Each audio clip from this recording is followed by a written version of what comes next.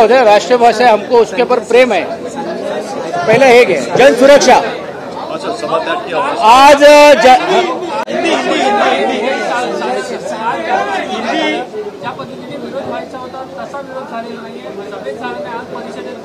नाही, सभेमध्ये एक लक्षात घ्या की विधानसभेचे सर्व वरिष्ठ जे आमचे जे माननीय सदस्य होते, माननीय आमदार होते, त्या ह्याच्या समितीमध्ये होते आणि त्या समितीमध्ये असल्यामुळे त्यांना जे समितीमध्ये सदस्य आहे त्यांना तिकडे बोलता येत नाही आणि म्हणून तुम्ही वरती पण बघितलं असेल की दानवे साहेब पण बोलू शकले नाही, सतेज पाटील पण बोलू शकले नाही, तर ज्येष्ठ जे सदस्य होते त्यांनी तिकडे मांडण्याचं काम केलं।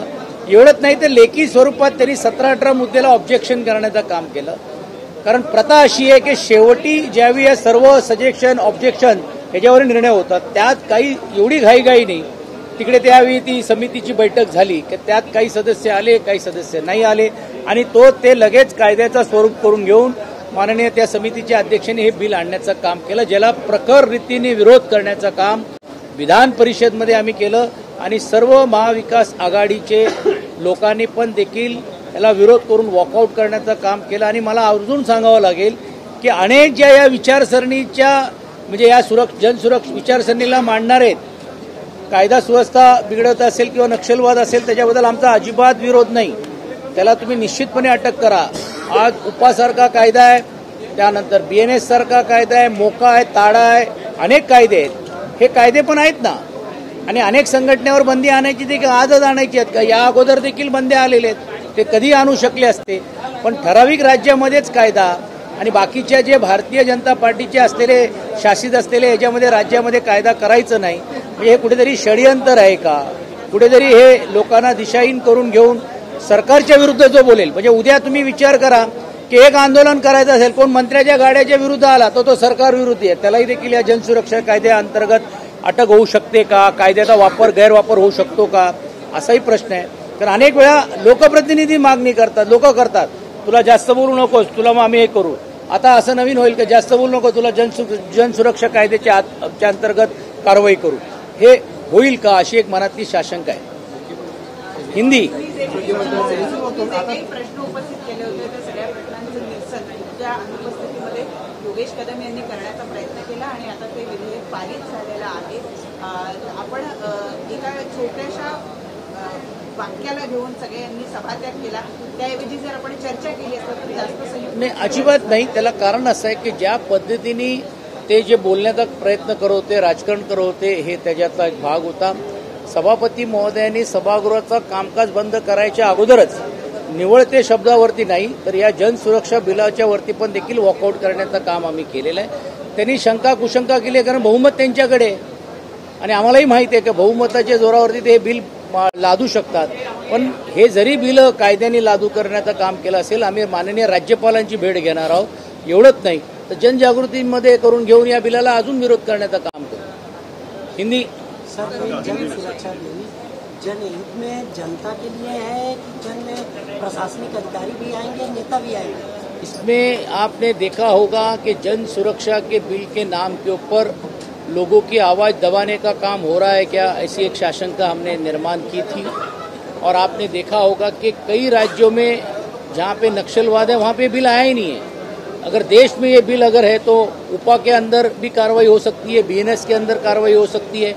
आज महाराष्ट्र में मोका है, ताड़ा है, वो कह रहे हैं कि 64 ऐसी जी संगठना है जिसके ऊपर बंदी लाना है, तो अनेक कायदे अपने पास आज भी है, फिर क्यों नहीं लाई गई इतने सालों में, इतने दिनों में?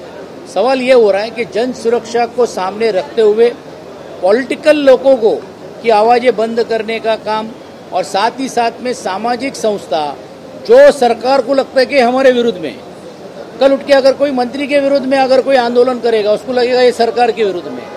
कोई अगर विद्यार्थी संगठन अगर प्रशासन को लेकर और विद्यार्थियों के ऊपर विद्यार्थियों के प्रश्नों को लेकर सरकार को अगर विरोध करेगा, वो लगेगा कि नहीं ये हमारे विरोध में बात करिए। ये एक सवाल खड़ा हो रहा है क्योंकि अनलॉफुल अनधिकृत जो जिसको कहते हैं कि वे के व्याख्या कहाँ भी उसका स्पष्टीकरण किया नहीं गया।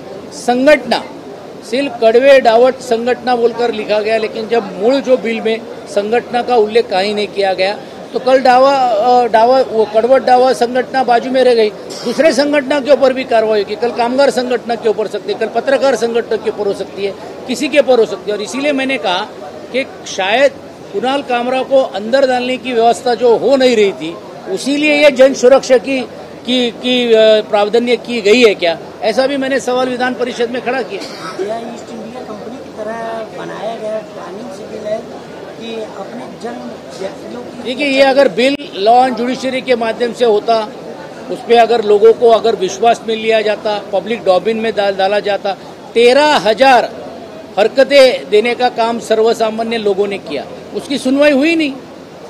विधायकों की समिति की मीटिंग भी 1.5-2 महीने के अंदर इतना बड़ा बिल उन्होंने जल्द से जल्द मीटिंग लगाकर लाने की करती। इतनी क्या जरूरत पड़ी थी सरकार को कि जो उन्होंने सोच समझ कर विचार करके नहीं लाया।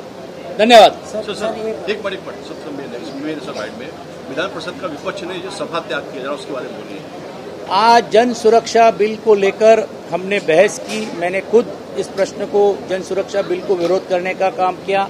हमारे नेता अनिल परब जी ने, कांग्रेस के तरफ से अभिजीत बंजारी जी ने, और ये हमने जताया कि जन सुरक्षा के नाम के ऊपर पॉलिटिकल लोगों को रोकने के लिए सामाजिक संस्था जो है, जो सरकार के विरुद्ध में बात करेगी, उसके विरुद्ध में रोकने का काम करने के लिए लाया गया।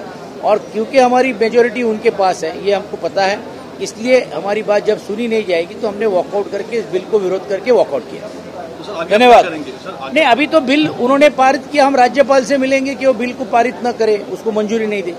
फिर भी उन्होंने किया तो जन जागृति यही हमारे हाथ में। श्रमिकों को जो है श्रमिक आंदोलन और किसान आंदोलन को भी इसका नहीं, मैंने आज उसका भी जिक्र किया कि किसान आंदोलन को भी आतंकवाद तैयार किया गया।